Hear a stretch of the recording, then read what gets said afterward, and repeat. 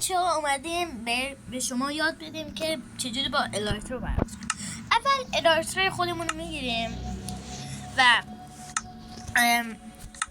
دو بار برای اینکه الایتر کار کنه میذاریم رو هوا و وقتی اینجوری که ببین بچه باز روی اینو بگیریم بعد اینجوری سریع باید مواظب باشیم که به زمین نخوره و به یه جایی که مثلا درخت باشه یا خونه باشه سریع برخورد نکنیم.